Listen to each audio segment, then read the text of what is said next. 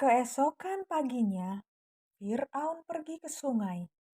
Astaga, di situ dia melihat Musa dan Harun lagi. Apa yang akan mereka katakan hari ini? Firman Tuhan kepada Musa, Katakanlah kepadanya, beginilah firman Tuhan, biarkanlah umatku pergi, supaya mereka beribadah kepadaku.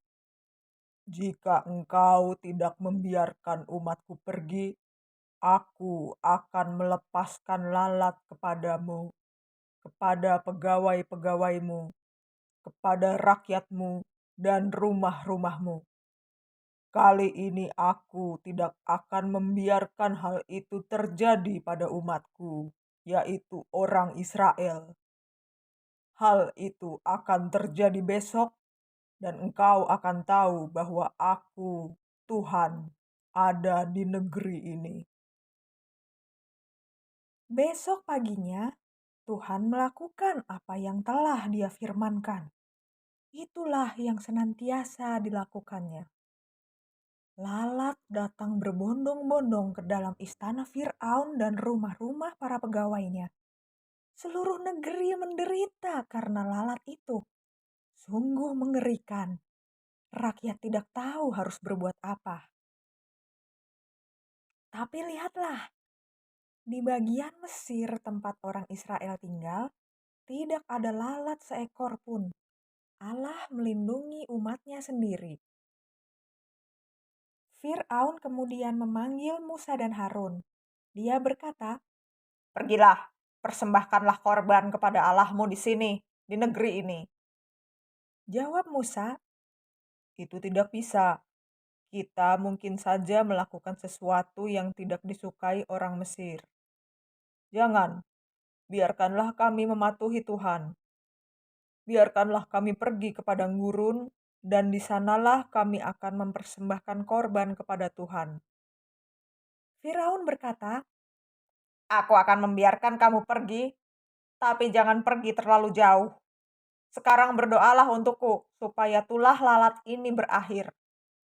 Musa menjawab, Begitu pergi dari sini, aku akan berdoa kepada Tuhan.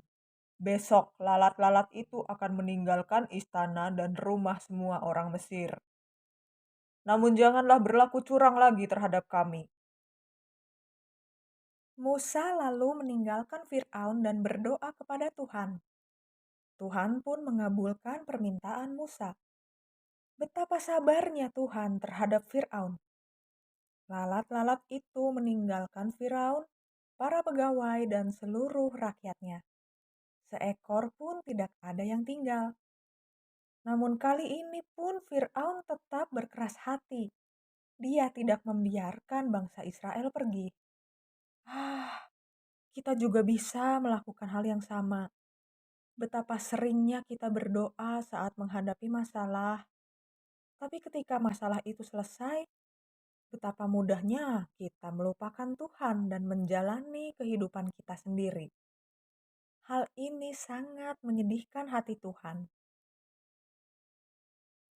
Lalu Tuhan berfirman kepada Musa, Pergilah menghadap Fir'aun lagi dan katakan kepadanya, beginilah firman Tuhan. Biarkanlah umatku pergi supaya mereka beribadah kepadaku. Apabila engkau menolak membiarkan mereka pergi dan masih menahan mereka, maka tangan Tuhan akan mendatangkan tulah mengerikan ke atas ternakmu di padang. Kuda, keledai, unta, lembu sapi, dan kambing dombamu akan terkena penyakit sampar yang sangat dahsyat. Namun Tuhan akan membuat perbedaan antara ternak orang Israel dan ternak orang Mesir, sehingga tidak ada seekor pun ternak milik orang Israel yang akan mati. Besok Tuhan akan melakukan hal ini.